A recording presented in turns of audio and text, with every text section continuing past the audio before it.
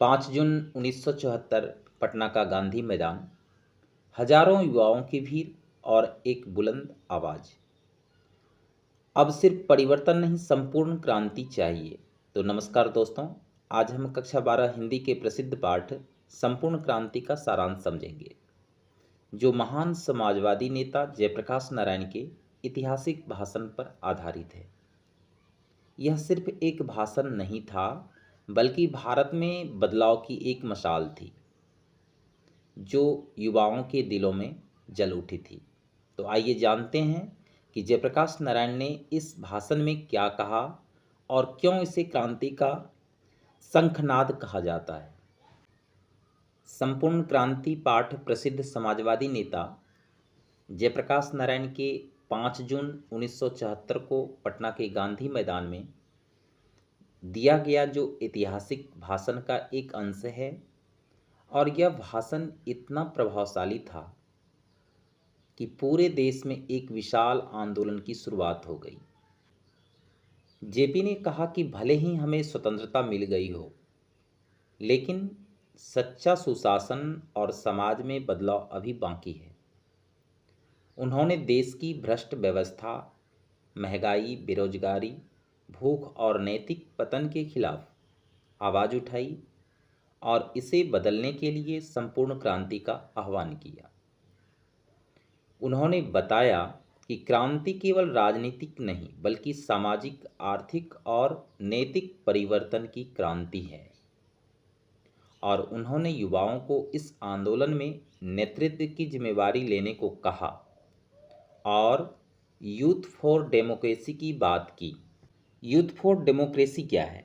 यानी जिसका उद्देश्य होता है युवाओं को लोकतंत्र की प्रक्रिया में भागीदारी करना, क्योंकि भारत की आबादी का बड़ा हिस्सा युवा वर्ग है, और युवा जागरूक होगा तो लोकतंत्र मजबूत होगा। अपने भाषण में उन्होंने बताया कि वे अमेरिका में पढ़ाई करते समय कम्युनिस्ट विचारधारा से प्रभावित थे, लेकिन भारत की परिस्थितियों को देखते हुए उन्होंने कांग्रेस में शामिल होना बेहतर समझा। उन्होंने कहा कि उनकी लड़ाई किसी व्यक्ति से नहीं, बल्कि गलत नीतियों और सिद्धांतों से है। जेपी ने कांग्रेस सरकार की नीतियों और लोकतंत्र को दबाने के प्रयासों की आलोचना की।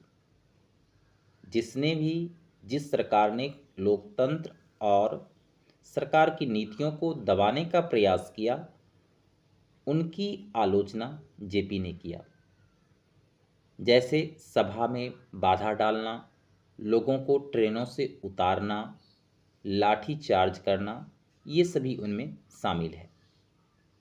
इन्होंने इसे लोकतंत्र पर कलंक भी बताया।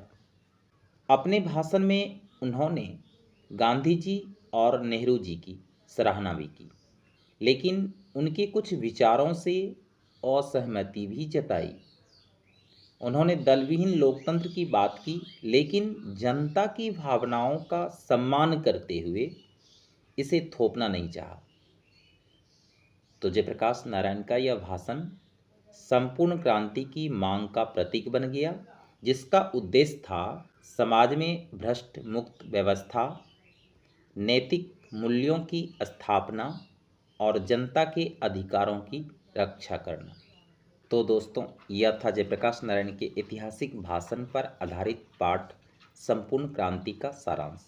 वीडियो पसंद आए लाइक, सब्सक्राइब एंड शेयर जरूर करें। धन्यवाद।